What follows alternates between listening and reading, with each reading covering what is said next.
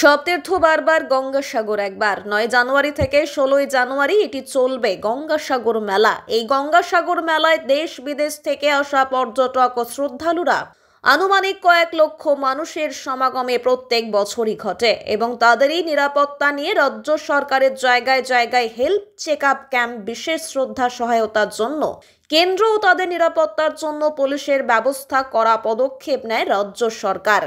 গঙ্গাসাগরকে লক্ষ্য করে চালানো হয় বিশেষ ধরনের ট্রেন। ভিন রাজ্য থেকে আসা স্থলপথে ও শ্রদ্ধালুরা আসে গঙ্গাসাগরে, তারা যাতে কোনো ধরনের অসুবিধার সম্মুখীন না হন তার জন্য রাজ্যের পুলিশ এবং প্রশাসন কড়া নজরদারি করেন। আউটরম ঘাটে বেশ কিছু বিশ্রাম শিবির তৈরি করা হয়েছে সাধু সন্ন্যাসীদের জন্য। সেখানে বিশেষ সুবিধা, পানীয় জল, শারীরিক চিকিৎসার জন্য বুথ এবং সহায়তা কেন্দ্র, সিসিটিভি ক্যামেরা দিয়ে গোটা চত্বরটাকে মুড়ে ফেলা হয়েছে নিরাপত্তায়, যাতে শ্রদ্ধালুদের কোনোভাবেই অসুবিধার সম্মুখীন না হন। সেই সাথে মোতায়েন করা হয়েছে নিরাপত্তা রক্ষী, ফায়ার ব্রিগেডেরও ব্যবস্থা রয়েছে।